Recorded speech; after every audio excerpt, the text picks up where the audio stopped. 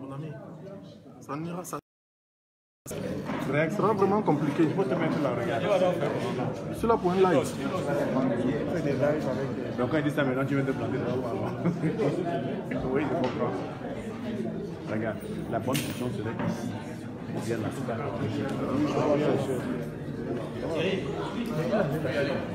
Comment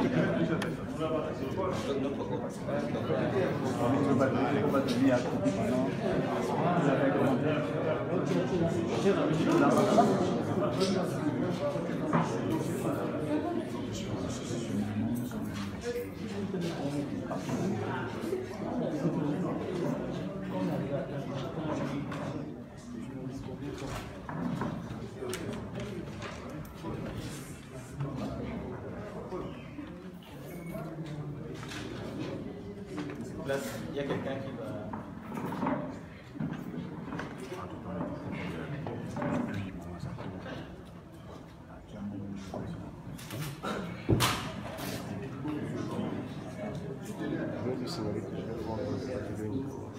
Monte un peu, s'il te plaît, si je te fais signe. C'est pas toi remplacer cette chaise-là. Juste par intuition. D'un moment à l'autre.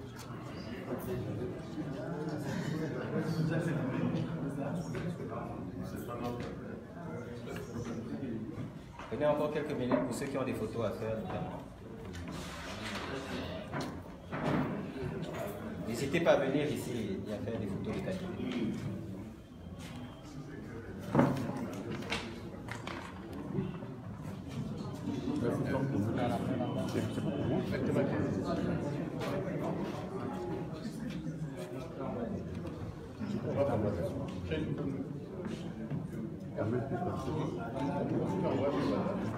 C'est bon avec les photos?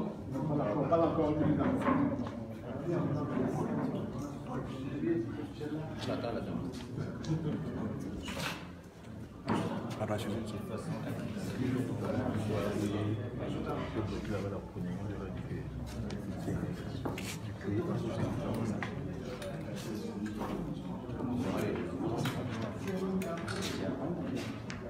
Richard, vas-y, fais la photo.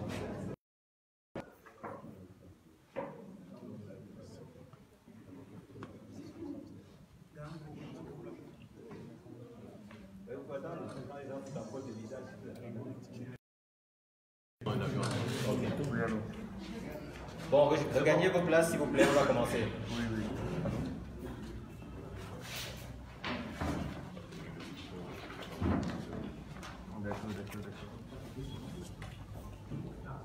C'est bon, tous les dictaphones sont sur la table. Ok. Mesdames et messieurs, soyez les bienvenus. Nous avons un exercice particulier auquel nous allons nous livrer. C'est un peu une tradition dans la maison. En tout cas, depuis le jour mémorable du 26 janvier 2019 et le jour suivant, un jour plus tard, pardon, le 28, jour funeste où le président élu en dehors de toute fraude électorale dans ce pays l'année dernière a été arrêté en compagnie de ses alliés et puis dans la foulée aussi de nombreux cadres du parti et de sympathisants.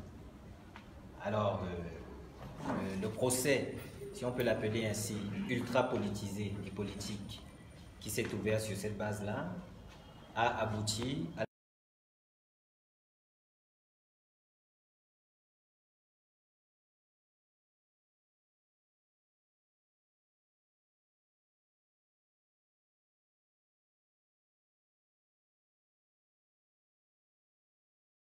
coordonné par Maître Sylvain Soie et dont les travées sont brillamment garnis, en tout cas les comparutions dans le cadre des audiences qui ont jusqu'à présent été ouvertes l'ont montré, et dont aussi parmi les travées, dans les travées de ce collectif d'avocats, il y a des avocats de renommée internationale qui ont prêté leur service au collectif et qui, à l'occasion de l'actualité récente, ont voulu venir sur le terrain, eux aussi, et toucher du doigt ce que certains prennent pour une histoire abracadabrantesque, si je peux m'exprimer ainsi. Alors, ce qui va se passer tout à l'heure, c'est un exercice simple, c'est que le coordonnateur de la défense, c'est-à-dire Maître Sylvain Soie, qui, comme vous le voyez, est entouré par Maître Sim Emmanuel, qui est aussi un des vice-présidents nationaux du MRC, qui lui, Maître Sylvain Emmanuel, a à sa droite Maître Méli, qui, pour ceux qui s'intéressent un peu aux questions de droit chez nous, a une particularité, c'est sa sensibilité aux questions de droit humain en particulier. Il y a aussi, à la gauche de Maître Soie, Maître Dupont-Moretti et son associé Maître Veil, qui sont au pays depuis quelques heures et qui sont dans une série de journées marathon. Alors, ils vont prendre un vol dans quelques heures et on va essayer d'être le plus rapide possible et le plus concis et bref possible. Je vais donc passer la parole sans plus attendre à Maître Sylvain Soie pour que les activités commencent. Il y aura quelques propos liminaires qui seront faits et ensuite on passera directement à la phase de questions-réponses. Je crois que ça nous convient tous. Alors, merci Olivier. Bonjour à toutes et à tous. Je voulais d'abord, au nom du collectif, au nom des avocats ici présents, vous présenter nos excuses pour le début tardif de cette conférence de presse qui initialement était prévue à 10 h. Et compte tenu de la charge de travail, nous n'avons pas pu, malgré notre bonne volonté, pouvoir la commencer à 10 h. Donc, simplement, nous présentons nos excuses. Deuxièmement, je voudrais remercier la librairie de Peuple Noir, ici représentée par Madame Bongo-Betty, notre partenaire, pour son hospitalité. C'est elle qui nous permet aujourd'hui de tenir cette conférence de presse dans la salle de conférence de cette librairie. Merci beaucoup, Madame. Et ensuite, vous dire que la conférence d'aujourd'hui est une conférence d'avocats, une conférence technique. Donc, pour situer l'opinion publique nationale et internationale sur, j'allais dire, la situation du dossier. Et ensuite, pour dire, surtout de la part de notre confrère Moretti, quel est son sentiment, hein, si on peut s'exprimer ainsi sur ce dossier. Mais avant de lui passer la parole, je voudrais profiter de l'occasion pour féliciter le collectif représenté à Yaoundé, c'est-à-dire au Cameroun, qui depuis le 28 janvier 2019 jusqu'à ce jour a œuvré sans fatigue, avec beaucoup d'abnégation, beaucoup de volonté pour défendre les 203 personnes impliquées dans ce dossier. Vous savez également que parmi ces 203, 204, avec Maître Ndoki désormais, que parmi ces 204 personnes, nous avons des gens qui n'avaient rien à voir, par exemple, avec le MRC, si je voulais dire ainsi. Donc, je voudrais profiter de l'occasion pour vous présenter cette équipe du collectif qui est là. Je peux en oublier quelques-uns des noms et des visus. Je voudrais les appeler. Il y a Maître Sim Emmanuel, qui est à ma droite, hein, qui est membre du collectif, dont l'expérience en matière de droits humains n'est plus à démontrer. Maître Méli Tiakwan, tout le monde se souvient du procès Vanessa Tchatchou et des autres procès. Donc, lorsque lui, c'est un baroudeur. Donc, lorsqu'on l'a avec soi, on peut dormir tranquille. Ensuite, Maître Temate, tu peux te lever pour qu'on te voit, Maître Temate, avocat Yaoundé. Maître Chenjou, Emmanuel Serge, ou Serge Emmanuel, Serge Emmanuel parce qu'il aime bien la précision, avocat Yaoundé. Maître Bobda Noumeden, avocat également à Yaoundé. Maître Bambia, qui est avocat à Yaoundé également. Maître Tudjo, Christophe, avocat à Yaoundé. Ma jeune consoeur, Maître Nina Kolongo, la cheville ouvrière du secrétariat technique. Hein? Maître Zodé, c'est ça? Voilà, qui est également avocat à Yaoundé. Maître Téné, hein, tout le monde a apprécié sa brillante plaidoirie l'autre jour au tribunal de première instance, avocat à Yaoundé. Maître Tédia, qui est avocat stagiaire à Yaoundé. Maître Wam, hein, qui est avocat à Douala. Maître Comné Dorgas, hein, donc l'Amazone, une des Amazones du groupe. Maître Jodo Crépin, qui est là également. Maître Menkem Sauter, qui est là également. Je pense que je n'ai oublié personne. Est-ce qu'il y a un avocat présent? Voilà, ceux qui savent ça, il s'agit là des avocats présents. En dehors d'eux, nous avons également des avocats, d'autres avocats comme le bâtonnier Nye Kamga, Maître Assira, l'autre, qui qui également fait partie du collectif, Maître Sarah Biégué, le bâtonnier Yondo Black, qui également fait partie du collectif qu'on a vu dernièrement avec nous lors de l'Habeas Corpus, Maître Ngefak Augustin, Maître Tchalé, Maître Yolang Gomiyongo. Ils sont nombreux, mais je ne voulais pas vous laisser sans vous dire que nos confrères qui viennent du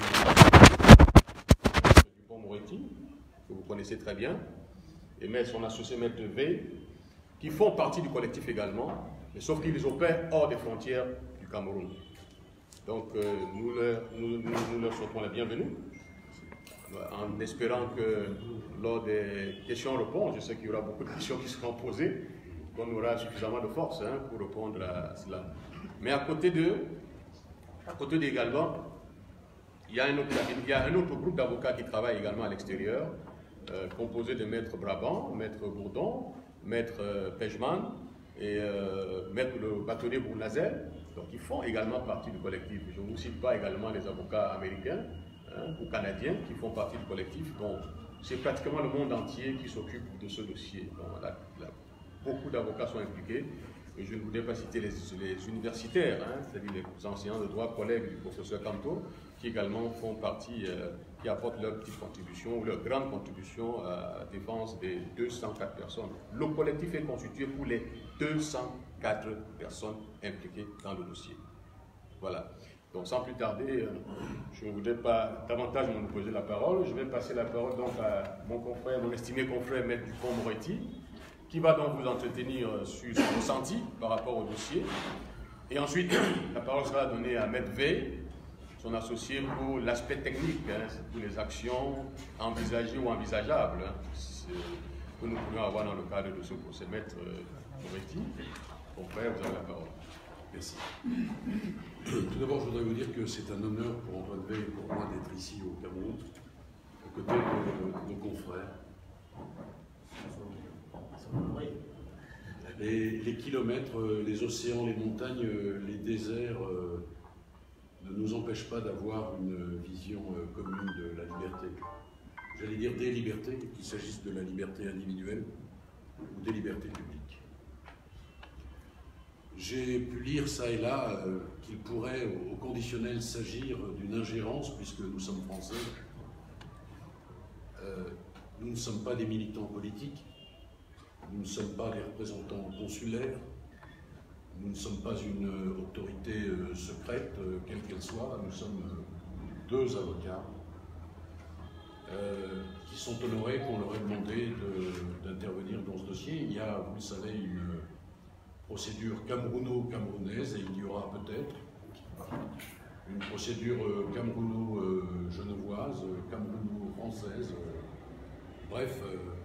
Le Cameroun n'est pas isolé dans le monde, il a ratifié une convention qui est notamment la Convention des droits civils et politiques, dite Convention de New York.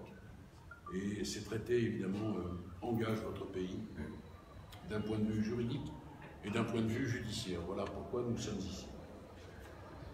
Quel est le premier constat que nous faisons? Nous avons d'abord rencontré nos clients à la maison d'arrêt. Je dois dire que les choses ont été assez simples, à la fois pour l'obtention d'un visa, il faut le dire parce que c'est vrai, et à la fois pour pénétrer à la maison d'arrêt. Un peu plus simple hier qu'aujourd'hui, mais enfin, nous avons pu voir nos clients. Parmi eux, le professeur Kanto. Il redit ici, par ma voix, qu'il est tout à fait prêt à discuter avec le président Paul Biya. Il a une formule que je vais reprendre à mon compte, qui est explicite, qui dit beaucoup de choses. Il dit « Quelqu'un qui revendique sa victoire peut discuter avec celui qui la conteste ». Est-ce que ce message sera entendu? Il est parfaitement possible qu'une rencontre soit organisée.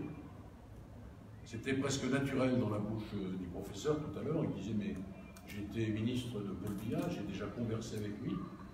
Je souhaite pouvoir discuter avec lui, les yeux dans les yeux, et lui dire un certain nombre de choses et entendre ce qu'il a à me dire. » Nous, on n'est pas venu ici pour mettre de l'huile sur le feu, vous l'entendez bien, vous le comprenez bien. On veut apaiser une situation qui est une situation ubuesque, et qui peut se régler avec un peu de bonne volonté. Quel est le premier constat qu'on peut faire tous ensemble, de façon très objective, sans polémique? Le premier constat, c'est que 3 des leaders importants de l'opposition sont détenus. Le professeur Planteau, bien sûr, M. Dzonggang et M. Paul-Éric Kingué. Si j'ose dire, l'opposition est un peu décapitée. Alors, quand on rentre dans le détail de la procédure, on se rend compte qu'on reproche essentiellement aux uns et aux autres, mais on leur reproche gravement au point qu'ils encourent la peine capitale. Ça n'est tout de même pas rien. D'abord une marche, qui est une marche pacifique. Je ne veux pas faire de comparaison hasardeuse, mais nous avons en France les Gilets jaunes. En Algérie aussi, dans tant d'autres pays. Alors, je ne sais pas si cette marche était autorisée, mais il semblerait qu'aucune marche ne soit autorisée quand elle émane de l'opposition. Ça n'est pas mon problème. C'est une chose qui a été évoquée hier.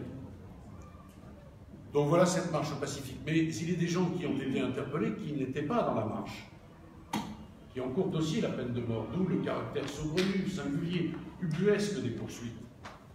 Je pense en particulier à Paul-Éric Kingué, il n'est pas dans la marche, tout le monde le sait. Et il se voit reprocher, lui, le fait d'avoir en quelque sorte rappelé à l'État camerounais qu'il avait une créance tenant à une détention arbitraire, judiciairement avérée aujourd'hui.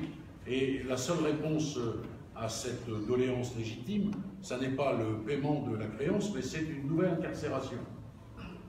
Arbitraire, peut-être comme la précédente, les juges le diront. D'ailleurs, à propos, nous avons rencontré les magistrats. Nous avons d'abord rencontré le commissaire du gouvernement, qui est au tribunal militaire l'équivalent du procureur. Il était assez surpris de nous voir, à vrai dire, et il nous a dit qu'il ne connaissait rien du dossier. Il nous a dit qu'il fallait rencontrer le juge d'instruction. Mais il a précisé que le juge d'instruction n'était pas là. Alors on lui a quand même rappelé qu'il avait été saisi d'une requête, je vous en parlerai dans un instant, sur les questions de compétences, qu'il avait requis, qu'il était intervenu dans le cadre de la procédure. Je pense même qu'il était présent quand le professeur a été entendu par le juge d'instruction. Il nous a dit, non, vous voyez ça avec le juge d'instruction, mais il est absent. Et il s'avère qu'en sortant, le hasard est malicieux, il fait parfois bien les choses, nous avons rencontré le juge d'instruction. Alors le juge d'instruction nous a dit, mais moi, j'attends pour trancher ma compétence, parce que c'est l'un des problèmes. C'est un problème important, des requêtes ont été déposées par mes confrères camerounais. La question, c'est de savoir pourquoi c'est un tribunal militaire qui se charge de ce dossier. Alors que les détenus ne sont pas des militaires, ce sont des civils.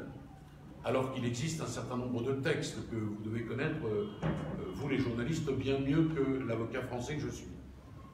Alors le juge a dit, mais moi, je vais trancher ma compétence à la fin de la procédure. Et alors à un moment, on lui a dit, mais vous pourriez quand même envisager la mise en liberté. Il a répondu, mais comment vous me demandez la mise en liberté alors que vous dites que je suis incompétent? Alors on lui a dit, mais vous étiez quand même compétent pour les mettre en détention. Vous pouvez retrouver votre compétence pour les libérer. Et là, on a eu des explications plutôt vagues, à vrai dire. Insatisfaisantes. Je vous indique tout de suite, ce sera la fin de mon propos, qu'on va redéposer très rapidement une demande de mise en liberté. Donc les questions qui se posent en droit, et là cet objectif, c'est pas polémique, c'est pas insultant, que l'on soit de telle ou telle partie, de telle ou telle obédience politique, on ne peut qu'être d'accord avec ça. Les problèmes qui se posent, c'est premièrement la question de la compétence, deuxièmement la question du caractère arbitraire de la détention. Vous avez un code de procédure pénale, il y a des textes, il y a des règles. J'affirme, je suis en mesure d'affirmer à l'instant que la garde à vue, par exemple, est totalement illégale. Elle est totalement arbitraire. Et alors, il y a quand même des choses, vous voyez, quand on entend les uns et les autres, on ne peut, quand on est avocat, qu'être un peu interpellé. Il y a par exemple notre consoeur Michel Sonia qui explique qu'elle a été blessée par balle. Alors il y a toute une polémique qui est née de cela, puisque d'aucuns ont dit, mais il s'agit d'armes de guerre, d'autres ont dit mais non, pas du tout. Il s'agit en réalité d'armes qui ne sont pas des armes de guerre, mais qui sont des armes dangereuses. Et le hasard des choses, là encore, est curieux. Il s'avère qu'on a en France en ce moment, là, tout de suite, exactement la même discussion pour le flashball. Les opticiens, vous l'avez vu, se sont réunis pour demander un moratoire sur l'utilisation de ces armes par la police en disant qu'elles pouvaient être dangereuses. Mais ce que nous avons entendu hier nous a laissé sans voix parce que le juge d'instruction a dit mais tout ça c'est un simulacre. Elle a simulé, elle n'a jamais été blessée. On a même entendu qu'elle aurait été maquillée par un maquilleur. Alors on a des vidéos, elles circulent, j'appelle les uns et les autres à retourner les voir, on voit très clairement des trous dans la chair, elle a été très gravement blessée et ça nous pouvons en attester. Voilà. Alors ensuite, peu importe avec quel type d'arme, ça n'est pas des armes de guerre à l'évidence, ça n'est pas de la mitraille métallique, mais ce sont des armes susceptibles de blesser, de faire très mal. Ça, c'est une certitude. Il y a aussi la situation de Célestin, qui aussi a été blessé dans des conditions sur lesquelles je ne veux pas... Mais regardez, il y a dans tous ces détenus un symbole, qui est un symbole fort. Il y a toujours un symbole quand la liberté est entravée. Vous avez un chanteur qui est en prison et qui encourt aujourd'hui la peine de mort dans votre merveilleux pays parce qu'il a marché, parce qu'il a chanté. Le chant de la liberté, peut-être que j'en sais rien. Mais quand même, ça doit nous interpeller. Et je ne pense pas, moi, que l'on puisse perdurer dans cette situation. C'est pour ça qu'on ne vient pas ici dans un esprit polémique, dans un esprit vengeur, dans un esprit vindicatif. On en appelle à la sagesse du pouvoir pour qu'on trouve une solution rapidement. Il n'est pas normal que ces hommes soient détenus, ces hommes, ces femmes, soient détenus dans ces conditions. Je veux aussi vous dire, parce que ça c'est une réalité, que leur garde à vue, je l'ai déjà dit, est illégale, arbitraire, qu'ils ont été transportés pendant plus de 6 heures dans des conditions qui sont inhumaines et dégradantes. Pardon de me dire comme des bestiaux. Les hommes étaient menottés, ils ont dit presque les larmes aux yeux hier qu'ils avaient été interdits d'uriner, que c'était impossible de le faire avec les menottes, et les femmes ont été traitées dans des conditions pires encore. Certaines d'entre elles avaient leurs règles, elles n'ont pas pu bénéficier du minimum d'hygiène en la matière. Ça, pardon de le dire, mais pour des avocats, quels qu'ils soient, partout dans le monde, quelle que soit leur obédience, quelle que soit leur appartenance politique, c'est quelque chose qui n'est pas supportable. Il y a dans les choses qu'on reproche aux uns et aux autres, mais de façon différente, vous le savez, l'histoire de l'ambassade du Cameroun à Paris. Alors, nous allons voir si les autorités camerounaises ont déposé une plainte entre les mains du procureur de la République de Paris. Moi, j'attends la réponse. Parce que le parquet de Paris, s'il est saisi par l'ambassadeur, il met en branle l'action publique. Il y a des enquêteurs qui viennent et qui identifient les auteurs. Là, on n'a aucun nom, mais on dit le professeur Canto est complice par instigation du saccage de l'ambassade sans que l'on sache rien sur ce saccage, sur ce soi-disant saccage. Moi, je ne veux pas me prononcer, je n'en sais rien, je n'ai pas d'éléments, il faut rester prudent. Toujours est-il qu'une culpabilité, ça se démontre, et qu'une complicité par instigation, ça se démontre. Quand, comment, par quels moyens, à qui a-t-on demandé, pour quelles raisons, enfin, tout ça, ça doit faire l'objet d'une véritable réflexion. Alors, nous en sommes maintenant, si vous le voulez, à des procédures qui sont camerounaises. Moi, je ne peux pas intervenir, mais il s'avère que je suis accessoirement juriste, que je sais que vous avez ratifié des conventions internationales, que la Convention de New York garantit une forme de procès équitable, que lorsque l'on présente une requête pour évoquer la compétence ou l'incompétence, on doit avoir une réponse judiciaire qui est différente de celle que l'on nous a fournie hier. Je vous rappelle que le commissaire du gouvernement ne savait rien de cette affaire, et je vous rappelle que le juge d'instruction était censé être absent. Il semble d'ailleurs qu'on ait changé de juge d'instruction il y a peu de temps pour des raisons qui m'échappent, mais peu importe. On doit avoir une réponse. Et les observateurs que vous êtes, mais quels qu'ils soient, je le dis, quels qu'ils soient, quelle que soit leur obédience, sont en mesure, doivent demander impérativement des réponses judiciaires. Parce que l'une des grandes garanties de la justice et de son impartialité, c'est son caractère public. Public. Il n'y a pas une démocratie qui se respecte où la justice n'est pas rendue publiquement, où des journalistes peuvent venir. où des avocats peuvent librement exercer les droits de la défense. Donc, soyez vigilants là-dessus aux réponses que l'on va apporter. Et on ne peut pas apporter de réponse favorable à une compétence militaire dans ce dossier-là. C'est clair. Donc c'est la raison pour laquelle moi je suis plein d'espérance, en me disant que le pouvoir judiciaire, peut-être le pouvoir politique, va forcément réagir et ne va pas laisser perdurer une situation comme celle-là. Vous savez, le professeur Canto qu'on quitte, là, nous dit, mais moi je souhaite discuter, je souhaite... la porte n'est pas fermée, on n'est pas dans une crispation. Mais il faut qu'on puisse valoir un certain nombre des droits qui sont les nôtres. Alors, je vais en terminer. Il y a donc cette procédure camerounaise, et puis il y a des procédures internationales à envisager. Il y a l'ONU, il y a l'Europe, il y a... vous le savez, l'Europe a déjà dit son petit mot sur cette affaire, et d'ailleurs il y a une réponse du gouvernement qui, en droit, mériterait d'être commentée, ce que je ne ferai pas ici, parce que je n'ai pas le temps de le faire, mais si on lit ce que préconise l'Europe et la réponse qui a été fournie, il y a franchement matière à discuter. Il y a ensuite un groupe de travail sur la détention arbitraire, vous savez que ça existe, et naturellement, nous n'hésiterons pas à le saisir. Il y a aussi des procédures franco-françaises que l'on envisage, mais sur lesquelles, moi, je souhaite vous dire que on envisage, pardon, le mot est un peu grandiloquent, une espèce de moratoire. On attend un peu, parce qu'on se dit, il n'est pas possible, au fond, que cette situation perdure. C'est pas possible. C'est tout simplement pas possible. Alors, nous souhaitons, nous, rencontrer la présidence pour évoquer cette situation complètement, franchement, clairement, et nous allons, dans les jours qui viennent, représenter une nouvelle demande de mise en liberté. Le juge d'instruction, qui ne veut pas, en tous les cas à ce stade, maintenant, hier, pour être précis, envisager la liberté parce qu'il dit « vous ne pouvez pas contester ma compétence et me demander de remettre en liberté », il peut d'abord changer d'avis, évidemment, et nous disons que ces hommes et ces femmes qui sont détenus ont tous et toutes des garanties de représentation. On peut d'ailleurs les soumettre, pourquoi pas, à un contrôle judiciaire. On peut leur interdire, pourquoi pas, en tous les cas dans un premier temps, de quitter le territoire national, le temps que les investigations soient conduites. C'est sûr.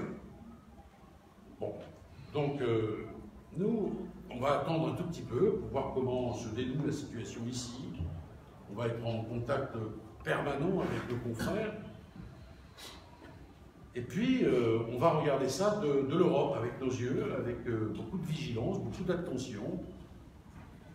Et on espère vraiment que les autorités judiciaires ou politiques retrouvent la voie de la sagesse et de l'apaisement. Voilà ce que, mesdames, messieurs, je souhaitais vous dire. Est-ce qu'Antoine a quelque chose à ajouter? Je voudrais pouvoir repréciser, d'abord, comme tout le monde l'a rappelé, l'état d'esprit dans lequel se déroule notre venue, qui n'est pas un état d'esprit politique ni polémique, mais qui est un état d'esprit juridique. La raison d'être de cette venue a été de pouvoir rencontrer les personnes détenues et de pouvoir nous faire une opinion de la situation factuelle en vue d'envisager la possibilité de recours internationaux. Ce qui est important pour le rappeler au niveau de la presse, c'est justement quels sont ces outils internationaux, quelles sont ces libertés fondamentales auxquelles tous les Camerounais ont droit, puisque le Cameroun les a ratifiés et que le Cameroun entend, quelle que soit l'autorité politique qui le préside, faire honneur aux engagements internationaux qu'il a pris. Les deux séries de droits que nous souhaitons rappeler sont d'abord les droits qu'on appelle civils et politiques et qui concernent précisément le dossier en cours, qui sont la liberté d'expression, la liberté de manifestation, la liberté d'opinion. Et il est vrai qu'il est étrange que dans ce dossier, où ont été organisées des marches blanches, dans lesquelles on n'a pas constaté de violence, ou du moins dans lesquelles n'ont pas été constatés des appels à la violence, on aboutisse à une procédure camerounaise avec des charges qui sont punies de la peine de mort et qui sont actuellement investiguées par une compétence extraordinaire, militaire, tout à fait dérogatoire de ce qu'on appelle les droits civils, puisque les droits civils et politiques protègent les civils pour que chacun puisse avoir la possibilité de s'exprimer, de revendiquer ses opinions et de participer au débat public. Ces libertés fondamentales sont protégées par le pacte civil et politique de New York et ils seront évidemment ardemment défendus si la situation venait à ne pas progresser, à perdurer, voire même à empirer. Et la deuxième série de règles tout à fait importantes que nous souhaitions pouvoir évaluer concrètement, c'est les règles sur la détention arbitraire, pour évaluer si toutes les personnes qui sont détenues aujourd'hui le sont dans des conditions qui sont potentiellement légales ou illégales. Et la différence entre la liberté et la détention arbitraire est particulièrement importante pour toutes ces personnes, bien sûr les leaders d'opinion, mais aussi leur soutien, et aussi tout un lot de personnes que nous avons pu rencontrer qui n'ont absolument rien à voir avec les faits de près ou de loin et qui sont indubitablement aujourd'hui détenus d'une manière arbitraire. Mais pour les autres, il existe, et c'est là où nous voulions être précis pendant cette conférence de presse, des règles très précises qui disent que la détention de tout individu est arbitraire s'ils sont reconnus des atteintes aux normes au procès équitable et aux droits de leur défense, telles qui résultent de ce qu'on appelle en droit international les règles Nelson Mandela. Ces règles imposent que quelles que soient les charges qui pèsent contre quelqu'un, quel que soit son système de défense, il doit bénéficier de garanties minimales que nous sommes aujourd'hui d'ores et déjà en mesure d'évaluer. Et un des messages que nous souhaitions donner dans ce que Maître Dupond-Moretti a appelé un moratoire, c'est de dire qu'il ne s'agit pas d'utiliser le droit pour crisper davantage une situation politique qui pourrait se décrisper et donner lieu à la remise en liberté de ces gens qui sont aujourd'hui détenus dans des conditions très contestables, mais rappeler aussi que ces gens ont des droits qui sont tout à fait établis, et parmi ces droits existent des normes très simples que nous sommes d'ores et déjà en mesure d'évaluer. Il y en a principalement 4. Le fait qu'il est interdit pour un tribunal militaire de juger des civils. Ce qui pose évidemment la question qui a été posée par le collectif d'avocats ici, de la compétence extraordinaire du tribunal militaire pour juger des civils. La deuxième chose, c'est le fait de pouvoir accorder à toute personne détenue l'accès aux soins et l'accès à la possibilité de se défendre efficacement. Évidemment, il existe une polémique totalement vaine quand on regarde les images sur la réalité des violences que certains détenus ont subies, puisqu'ils n'ont pas pu avoir accès à des expertises médicales, à la possibilité par leurs avocats de faire établir les blessures dont ils ont été victimes. Et donc, il nous apparaît que cette situation est tout à fait problématique, comme le fait de pouvoir à tout moment consulter des médecins. Évidemment, il se pose la question qui a été rappelée de manière technique, mais qui existe de manière très claire dans les règles internationales, de l'encadrement strict de la garde à vue de chacun et des mandats qui ont permis les perquisitions et les gardes à vue et sur lesquels semble exister, comme cela a été dénoncé plein de fois par les avocats qui se sont déjà présentés devant les juridictions et ceux qui ont encore à défendre devant le juge d'instruction que nous avons rencontré, une vraie question juridique parce qu'il semble que ces arrestations, ces perquisitions se sont déroulées en dehors du cadre interne. Donc au regard de tous ces points, et sans vouloir être particulièrement technique, il semble que la situation pose une vraie difficulté au regard du droit international, et l'enjeu de cette venue, l'enjeu de cette conférence de presse, c'était de signaler aux autorités politiques qu'ils interviennent de toute façon dans un cadre qui est juridique, que ce cadre n'a rien de polémique, il est défini depuis très longtemps, depuis la fin de la Seconde Guerre mondiale, et ratifié par le Cameroun depuis très longtemps, et il doit être mis en œuvre par le Cameroun pour protéger ce qu'on appelle les droits humains, les droits les plus fondamentaux, et les droits sur lesquels je pense que quels que soient ses idéaux politiques, quelles que soient ses appartenances, quelle que soit finalement sa source, on peut se retrouver et on doit, quel que soit son camp, être toujours en mesure de combattre pour ses droits et de les reconnaître et de les faire prévaloir. Voilà pourquoi nous envisagerons finalement cette série de recours qui sont les recours internationaux, avec ce que le maître Dupond-Moretti a rappelé, la possibilité non seulement de saisir les organes internationaux, ou alors de saisir des organes qui seraient certes étrangers, mais compétents aussi, parce que cette situation, d'une certaine façon, dépasse le Cameroun, puisque toute la communauté internationale souhaite que chacun, quelles que soient ses opinions, quelles que soient ses revendications politiques, puisse bénéficier des droits les plus fondamentaux pour le débat public. Merci Antoine. Avant de vous passer la parole, je voudrais ajouter au rang des instruments internationaux que le Cameroun a ratifiés. Les confrères ont cité des instruments internationaux au-delà de l'Afrique ou alors sur le plan mondial. Mais nous avons des instruments internationaux africains que le Cameroun également a ratifiés qui protègent exactement et de la même façon les droits des détenus. Donc la charte africaine des droits de l'homme et des peuples, et cette charte africaine qui a créé la Commission africaine, dans son article 47, la Commission africaine des droits de l'homme et des peuples, qui donne donc la possibilité à cette Commission africaine des droits de l'homme et des peuples de rendre public des directives et des principes, non seulement sur le procès équitable, mais également en matière de lutte contre le terrorisme. Parmi ces instruments, parmi les directives qui ont été prises par la Commission africaine des droits de l'homme et des peuples, nous avons donc les principes sur le procès équitable. Et le point L de cette directive précise bien qu'un civil ne peut pas être jugé par un tribunal militaire. C'est intitulé le droit des civils à ne pas être jugé par les tribunaux militaires.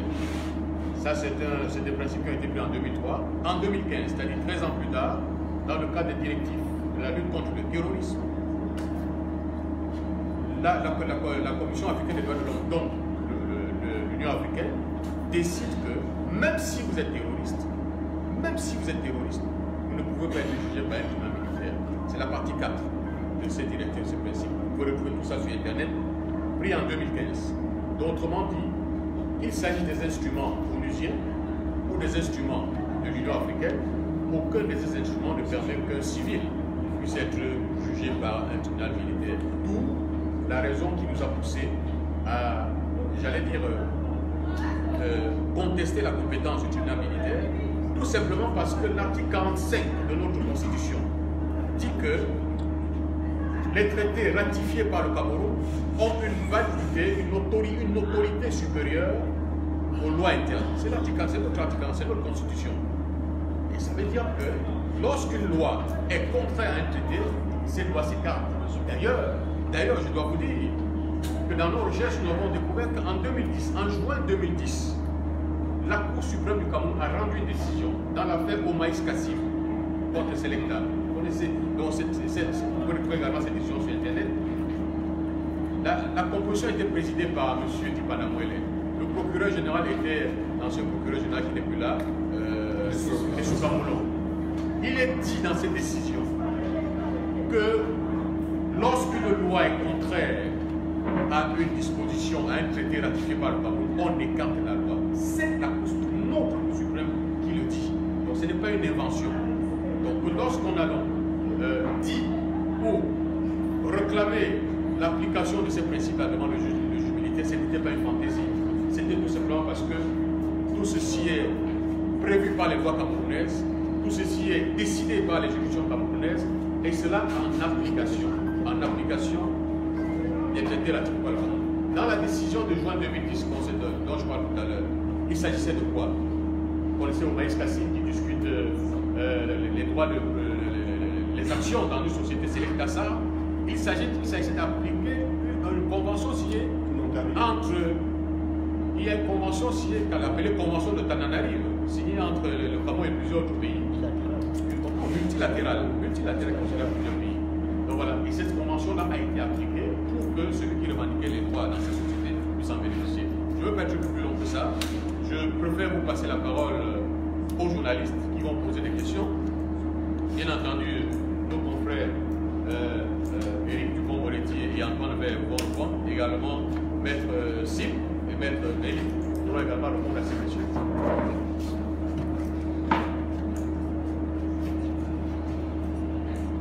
Nous avons maximum 25 minutes maximum parce qu'ils doivent reprendre leur pour la 16h. Ok? Donc on y va. Florentin?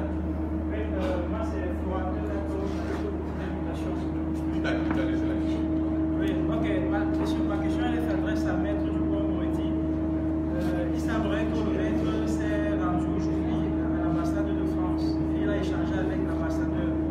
Alors ma question est de savoir, au-delà de la courtoisie ou bien de la politesse, est-ce que le maître estime que l'ambassade de France ne fait pas l'affaire, ou bien que l'ambassade de France ne s'est pas prononcée clairement jusqu'ici? De quoi avez-vous discuté? Il vous a pas échappé, ça va, vous m'entendez, monsieur? Vous a pas échappé que je suis ressortissant français, je suis en terre étrangère, je suis allé saluer le représentant de la France sur une visite de courtoisie. Voilà, c'est tout ce que j'ai à dire. Pour le reste, la France s'est exprimée parce que l'Europe s'est exprimée. Et l'Europe comprend la France. Et l'Europe ne s'exprime pas sans la voix de la France. Et je pense que la France et l'Europe ont été très clairs sur ce qui se passait. Mais moi, je ne suis pas le représentant de l'ambassadeur. Je suis français, franco-italien d'ailleurs, pour ne rien vous cacher. Mais voilà, je suis allé saluer l'ambassadeur pour des raisons de courtoisie, c'est la moindre des choses. Et il n'y a pas d'interférence directe de l'ambassade dans les affaires judiciaires. Ok, question suivante. C'est Léopold Dassi du Messager, au quotidien Le Messager. Bon, j'ai deux petites questions, c'est tellement pour mieux comprendre ce que vous avez dit tout à l'heure. C'est Maître Béki tout à l'heure à la fin disait que visiblement ce dossier semble dépasser le Cameroun. Là, je le cite. Bon, je ne sais pas s'il faisait allusion à l'ordonnement juridique qui existe pour régler tel problème ou à quel niveau c'est pour le dire ainsi. Donc, je voulais qu'il précise davantage. Bon. De quel dépassement s'agit-il? Voilà, de quel dépassement s'agit-il? Okay. Tout à l'heure, Maître Moretti, vous l'avez dit tout à l'heure que vous allez rencontrer la présidence, point. Bon, je me suis demandé, mais de quelle présidence part-il? Part-il de la présidence du Cameroun ou bien de la présidence française? Moi, je vous remercie. Monsieur, c'était clair. Je ne vais pas aller voir Emmanuel Macron pour évoquer une affaire judiciaire camerounaise. C'est évidemment mon président Paul Biya que je songeais lorsque je me suis exprimé, mais pas suffisamment clairement à l'évidence puisque vous me posez la question. Quant au reste, le fait que ça dépasse, mais pardon, Martin Luther King, ça dépasse les États-Unis, Mandela, ça dépasse l'Afrique du Sud. Voilà, il y a des pactes qui ont été ratifiés par différents pays. Ça s'appelle le droit international. Et là-dedans, il y a des dispositions communes. Et d'ailleurs, Antoine V a très opportunément rappelé que certaines de ces dispositions sont appelées les dispositions Mandela. Oui. Bien. Alors, est-ce que ça intéresse un Français qu'un membre de l'opposition au Cameroun soit détenu dans des conditions arbitraires? Oui, ça intéresse le monde entier. Voilà en quoi ça dépasse le Cameroun. Mais en même temps, je tiens à dire qu'il y a une justice camerounaise que, bien sûr, je respecte, des avocats camerounais, mais il y a aussi des recours devant les juridictions internationales. Elles existent, et vous le savez, c'est bien la démonstration de ce que la France, de temps en temps, vient rendre des comptes à Strasbourg. Vous me direz, Strasbourg, c'est la France, mais ça s'appelle la Cour européenne de sauvegarde des droits de l'homme, composée par des juges internationaux. Voilà.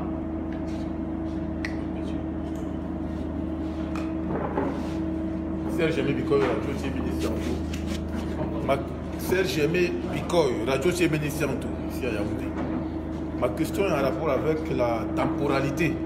Jusqu'à quand allez-vous attendre que la situation qui est à l'heure actuelle complexifiée se dénoue? Est-ce qu'il y a un délai? 6 mois, 1 an, 2 ans? Ça, c'est très long, 6 mois. Monsieur, je vous ai dit que le professeur Canto souhaitait échanger avec Paul Biya, je l'ai dit d'emblée. On va voir dans quelle mesure cet appel reçoit une réponse. On verra ensuite comment judiciairement les choses se passent. On ne va pas attendre l'éternité. Vous savez, il a été rappelé par mes deux confrères une chose très simple. Le tribunal militaire ne peut pas juger des civils.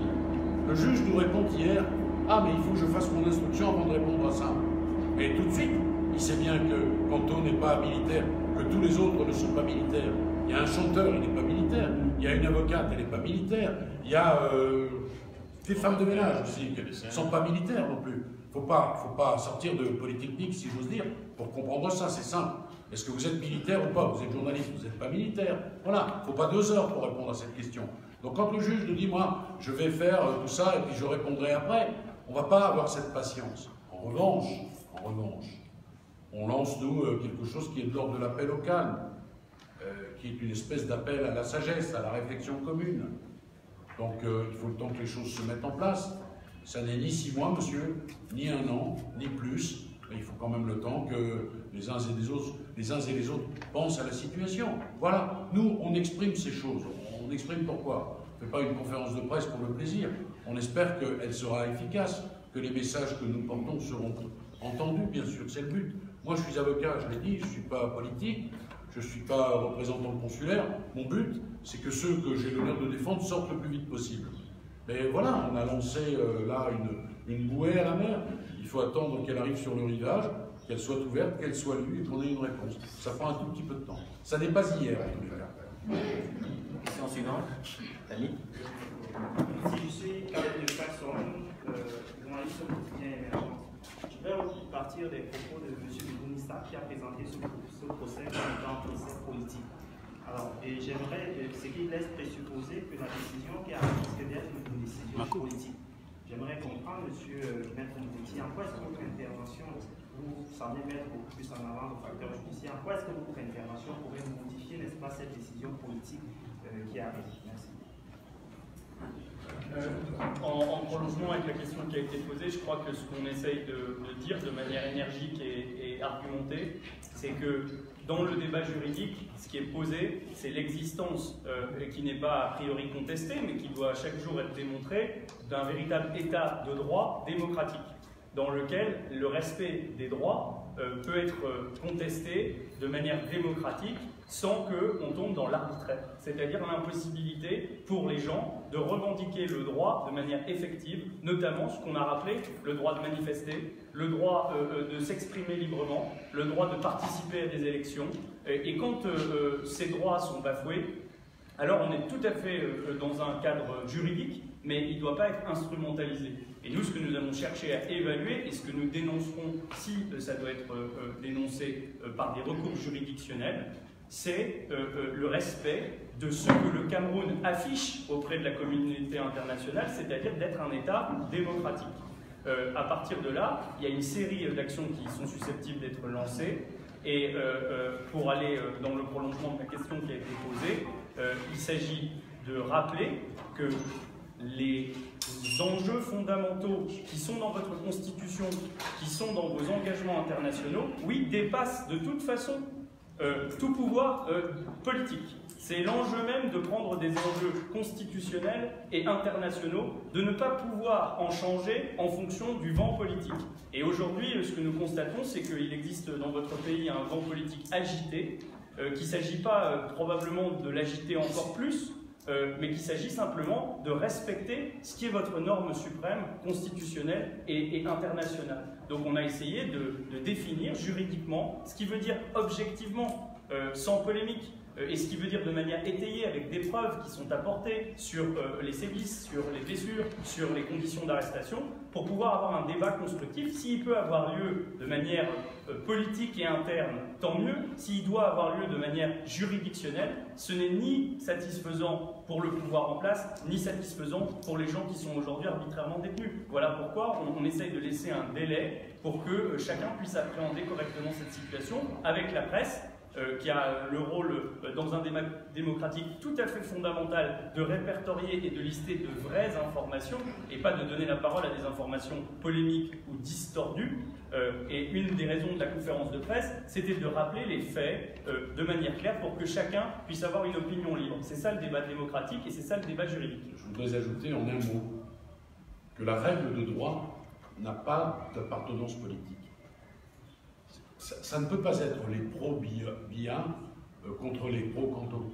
C'est pas ça l'histoire. De notre point de vue d'avocat français, c'est la règle de droit a-t-elle été ou non respectée? Voilà. Que le détenu soit un pro-Canto ou un pro-Biya, ça n'est pas le problème. Ça, c'est votre problème de Camerounais, j'allais dire. Mais d'un point de vue du droit interne, du droit international, le droit n'a pas de couleur. Le droit, c'est le droit. Et nous, ce qu'on est venu dire, c'est qu'à l'évidence, des règles de droit ont été violées et ça n'est pas tolérable. Voilà. Marcel, je vais prolonger la question de mon frère Marcel de France 24 et de l'ESNEC. Est-ce que selon ce que vous avez constaté, il s'agit d'une affaire ou d'un procès politique? Mais monsieur, je ne sais pas si... Écoutez-moi bien. Je pense avoir répondu. Je vous ai dit qu'il y a 3 hommes qui représentent 3 courants politiques importants qui se retrouvent détenus. Je l'ai dit en préambule de mes explications. Certains d'entre eux, d'ailleurs, n'étaient même pas à la marche, la fameuse marche. Voilà. Je constate ensuite des violations du droit que l'on a heureusement rarement l'occasion de constater. La question, elle est très simple, par exemple. La compétence militaire. Est-ce que ceux qui sont détenus sont des militaires? Voilà une question simple, bien posée. Est-ce que ceux qui sont détenus sont des militaires? Point d'interrogation. Si vous répondez oui, alors c'est une compétence militaire. Si vous répondez non, on regarde les règles internationales, alors ça n'est pas une compétence militaire. Tirez-en les conclusions que vous voulez. Vous êtes des observateurs, mais vous êtes aussi des analystes. Et moi, je peux vous tourner la question. Vous pensez, vous, que c'est un procès politique ou que c'est un procès de droit commun? Mais à la limite, monsieur, ce n'est pas mon problème. Mon problème, je viens de le dire, c'est que le droit n'a pas de couleur politique et que le droit, à l'évidence, a été bafoué d'une certaine façon. Et que d'ailleurs, on n'a pas attendu qu'on arrive pour le savoir. Les confrères camerounais ont fait le travail. Ils ont posé la question dans les formes de droit et ils n'ont pas, à ce jour, obtenu de réponse. Voilà. Alors, je vous invite également, puisque cette situation vous intéresse, à aller voir les autorités judiciaires, peut-être, et à leur demander pour quelles raisons il n'y a pas de réponse. Demandez-leur par ailleurs si les détenus sont des militaires. Lisez-leur les textes et obtenez leur réponse. On ne peut pas être plus clair que ce que... Moi, je ne suis pas venu ici, je ne suis pas représentant d'un parti politique. Je n'ai jamais été en France, c'est pas pour l'être au Cameroun, vous l'imaginez bien. Mais en revanche, il m'est arrivé en France, pour des gens d'obédience politique différente, oui, de plaider la règle de droit, et c'est ce que je suis venu faire ici parce qu'on me l'a demandé. Moi, notre analyse, elle est technique, elle n'est pas polémique, elle n'est pas, comment dirais-je, voilà, elle ne peut pas avoir ce son. Le droit, il s'applique à tous et pour tous. Voilà, quelle que soit la race, la couleur, la religion, l'ethnie, l'appartenance politique. C'est ça qu'on est venu dire. Nous avons encore une dizaine de minutes. Oui. Je suis Paul Chouta pour le site d'information Cameroun. Votre venue au Cameroun a été pas mal apprécié par certains Camerounais qui estiment qu'il s'agit d'une ingérence de peut-être votre pays, la France, et d'autre part qui remettrait en question la compétence des avocats camerounais. Quel est le commentaire que vous posez à ce Posez la question. Je peux vous dire que les confrères camerounais, ce sont des amis camerounais aujourd'hui. Voilà. C'est pas une question. Vous savez, monsieur, il y a un volet, je l'ai dit, judiciaire camerounais, dans lequel nous, on ne va pas intervenir. Moi, je ne vais pas apprendre le code de procédure pénale camerounais en quelques jours. D'accord? J'ai vu leur travail, je le trouve remarquable. En revanche, vous m'accorderez que pour aller à Genève déposer un recours, c'est plus facile quand on est à Paris, peut-être. Voilà, et quand on a l'habitude de cette juridiction, parce qu'il s'avère que j'ai l'habitude de cette juridiction. Voilà.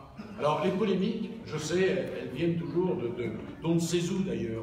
J'ai dit en préambule, il n'y a pas d'ingérence. Moi, je n'ai pas la prétention de donner des leçons de droit à qui que ce soit. Certainement pas à mes confrères. Et je le redis, ce sont des amis maintenant. Et nous travaillons comme ça, main dans la main. Parce que, je l'ai dit, s'il y a des milliers de kilomètres qui peuvent nous séparer, des déserts, des océans et tout ce que vous voulez, on a, quand on est avocat, la même vision de ce qu'est la liberté individuelle et publique. Alors, ceux qui disent que c'est une ingérence, ils se trompent. Voilà. Et je peux vous dire qu'ils disent n'importe quoi.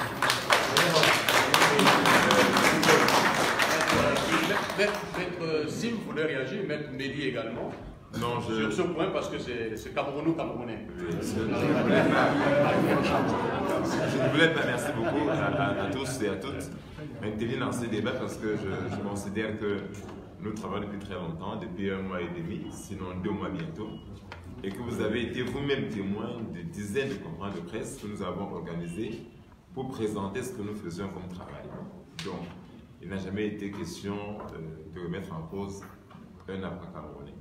Par contre, ce qu'il faut dire, moi je pense que c'est un débat qui n'a même pas de sens. Vous savez, moi je vais plaider en France en 5 avril, mais est-ce à dire que mes confrères qui sont des nuls? Ça n'a pas de sens. Maître Moretti, Maître V et d'autres d'ailleurs, on vous l'a dit, sont membres du collectif d'avocats. Donc, quand il y a une décision technique à prendre, nous la prenons ensemble. C'est ce qu'on fait d'ailleurs depuis hier. Mais nous pensions ce matin que l'idée c'était de vous faire partager, eux, le ressenti qu'ils ont du dossier. Et de l'autre côté, comment est-ce qu'au plan international, ils vont agir. Donc il n'y a pas de question de compétence ou d'incompétence.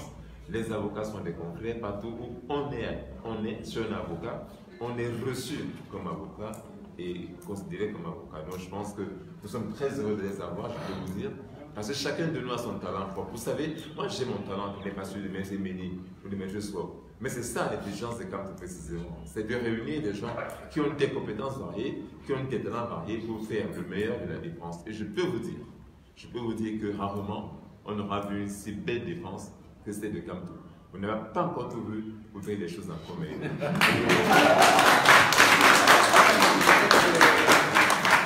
Félix, tu veux ajouter quelque chose? Oui, c'est souvent très difficile de prendre la parole après Maître Sim. Oh là.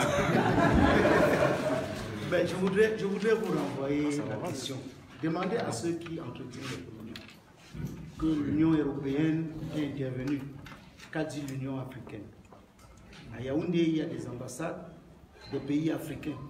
Sur le plan diplomatique, pourquoi les Africains se taisent? C'est tout ce que j'ai à dire. Merci. Après qu'il ait dit ça, il n'y a plus rien à dire. Question suivante.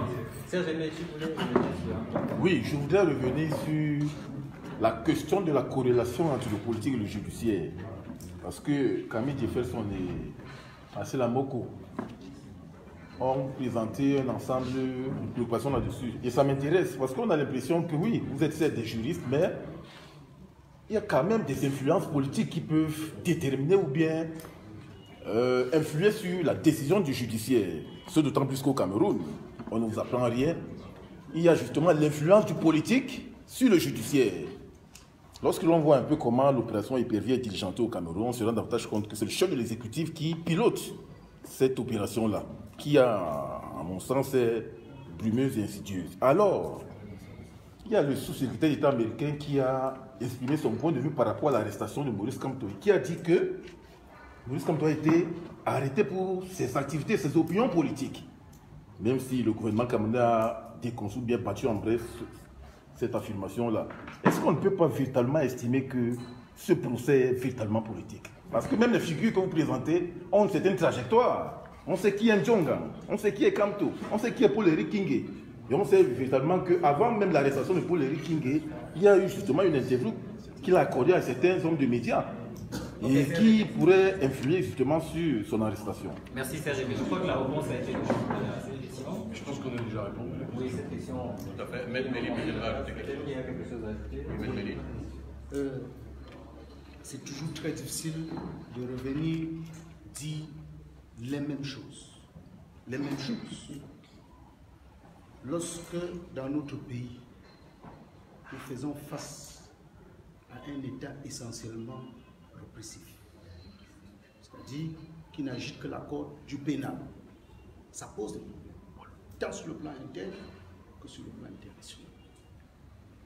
Nous vivons la violence policière, nous vivons la violence administrative, nous vivons la violence judiciaire et nous vivons la violence carcérale. Vous voulez que tout le monde accepte ça comme ça? Alors, lorsque par pudeur, on dit le Cameroun a signé des traités. Le Cameroun ne vit pas comme un État isolé. Je dis c'est la pudeur qui commande qu'on le dise. Mais c'est parce qu'on ne voudrait pas entrer dans trop de détails. Et les confrères vous ont dit. Nous avons tenu des conférences de presse pour dénoncer un certain nombre de choses. On a pensé que c'était notre esprit fertile d'imagination qui aurait inventé cela. des gens constatent que nous disons la vérité et vous voulez que la communauté nationale et internationale croise les bras pour que ça continue à se passer comme ça. Je crois qu'on a été suffisamment clair, que ce soit à l'occasion des précédentes conférences et que cette fois-ci également on continue à être suffisamment clair. Nous avons constaté ce que nous avons à constater. Si on conteste, qu'on fasse le constat contradictoire. Qu'on fasse le constat contradictoire, soit par des personnalités indépendantes, soit par nous-mêmes. C'est ce que j'ai à dire par rapport à cette question. Maintenant, est-ce que c'est politique? Je ne connais pas ce qui entre dans la politique et ce qui est exclu de la politique. Qu'est-ce que je dois exclure de la politique? Puisque vous voyez un juge qui donne 12 mois, à des gens qui se sont attroupés, selon lui, ou bien qui ont manifesté. Alors que le texte parle de 6 mois. La peine maximale. Vous pensez que cette peine sort d'où? Si ce n'est pas un laboratoire occulte. Alors, face à tout cela, et c'est tout ça que nous appelons la violence judiciaire, il y a des voies de recours, nous allons nous recourir devant d'autres juridictions pour voir si elles peuvent nous écouter. Mais en attendant, on subit. Alors, si vous voulez appeler ça procès politique parce qu'on vit cela, tant mieux. Mais nous disons que nous vivons une recrudescence de l'État qui n'a qu'une seule vocation, pénaliser. Pénaliser le chanteur. Pénaliser l'artiste parce qu'il fait son art. Pénaliser l'avocat parce qu'il exerce son métier. Pénaliser le journaliste. Parce que, figurez-vous, on a arrêté 2 journalistes. Le journaliste va vers l'information. Le journaliste qui va vers l'information est arrêté parce qu'il est allé chercher l'information. Vous trouvez ça normal? Alors, fort heureusement, les 2 journalistes ont été libérés et ne sont pas inculpés. Nous allons voir la dernière intervention, c'est de mettre ici parce qu'eux, ils doivent partir. Oui, merci maître. Ce sera en 2 mots. Je pense qu'on a tous lu une déclaration des détenus de la prison principale il y a quelques jours. Ils ont dit clairement qu'ils sont des prisonniers politiques. Ils disent qu'ils sont des prisonniers politiques. Les textes ont dit que ce ne sont pas des prisonniers politiques. Chacun fait son opinion. Lorsqu'on arrête des leaders politiques à l'occasion de l'exercice d'un droit politique, on appelle ça comment? Mais nous sommes là aujourd'hui comme des avocats. On a dit c'est une conférence d'avocats. Et nous constatons simplement que sur le plan purement judiciaire, l'État du Cameroun a agi totalement en marge des règles qu'il s'est prescrites en interne de lui-même et des règles qu'il a signées à l'international. Voilà ce qu'on voulait dire. Je pense que c'est clair pour tout le monde. Maintenant, je voudrais ajouter un tout petit mot, monsieur, à votre question. Pardon, mais c'est une question de journaliste, votre question. Alors, politique, pas politique. Alors, si on répond, si mes confrères répondent oui, c'est politique, alors les opposants politiques diront mais non, pas du tout, c'est pas politique. Mais nous, plutôt que de rentrer dans ce débat qui est un débat stérile, polémique, on vous donne un certain nombre de faits et on vous dit il y a un certain nombre de violations du droit qui sont objectivement constatables. Que l'on soit pro, anti, appartenant à tel parti, à tel... Voilà. Et c'est pour ça qu'on a choisi ce type de communication. C'est moins polémique, mais c'est sans doute beaucoup plus efficace. Merci. Nous allons faire une petite entorse parce qu'il y a Maître Bogda qui voudrait dire un petit mot. Maître Bogda? Oui. Allez-y, Maître Bogda. Oui, je voulais dire, surtout sur la question politique, je voulais dire, en même temps que nos clients sont notés, je voudrais qu'il soit noté que nous avons déposé une plainte. Parce que parmi les personnes qui sont arrêtées et détenues aujourd'hui, il y a notre conseiller Maître Noki, il y a d'autres qui ont été victimes de tirs par balle. Et croyez bien que nous ne sommes pas restés insensibles à ça. Nous avons déposé une plainte auprès du commissaire de gouvernement, puisque naturellement il s'agit de tirs par balle faits par des hommes en tenue. Et là, ils sont compétents. Donc une enquête est ouverte jusqu'aujourd'hui. Alors, est-ce un procès politique? Ok, je vous remercie, mesdames et messieurs. C'est terminé. Merci.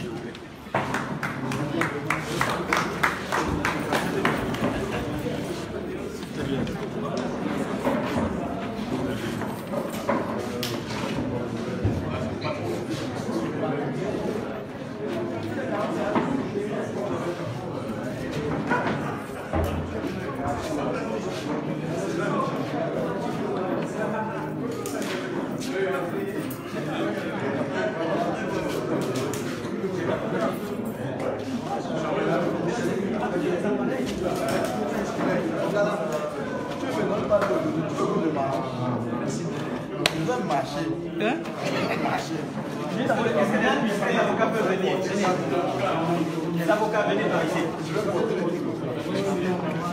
Ils vont où? Ils sortent? Avec les avocats. Juste de venir, faut voir. Ils vont monter. Hein.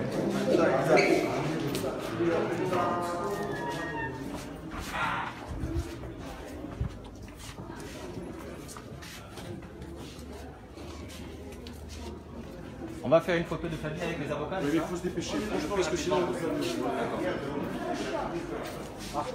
Douma, toi tu vas faire les photos, hein. Ils sont en live. Oh, s'il n'y a pas le temps, il n'y a pas le temps. Les avocats. Il faudrait faire le sac. Photo de famille. Ça va, on laisse tomber, parce que là, il faut qu'ils récupérer, attraper dans la main. Dis pas. Eric, 1 minute pour la fois. On prend une petite photo avec les avocats. Uniquement les avocats, s'il vous plaît. C'est pas la peine de faire 10 minutes. Juste les avocats. Une minute. Juste les avocats. Les avocats. Antoine. Il est là. Les avocats.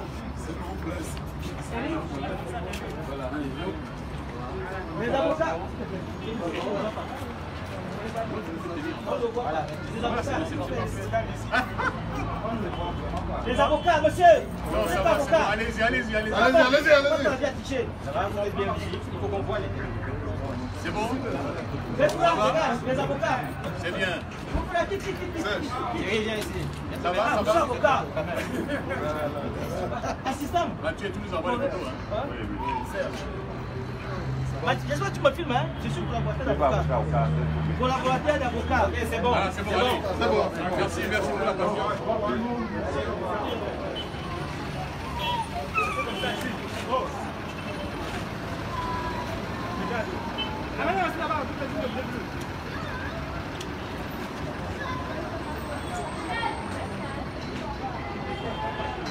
Ils sont patients.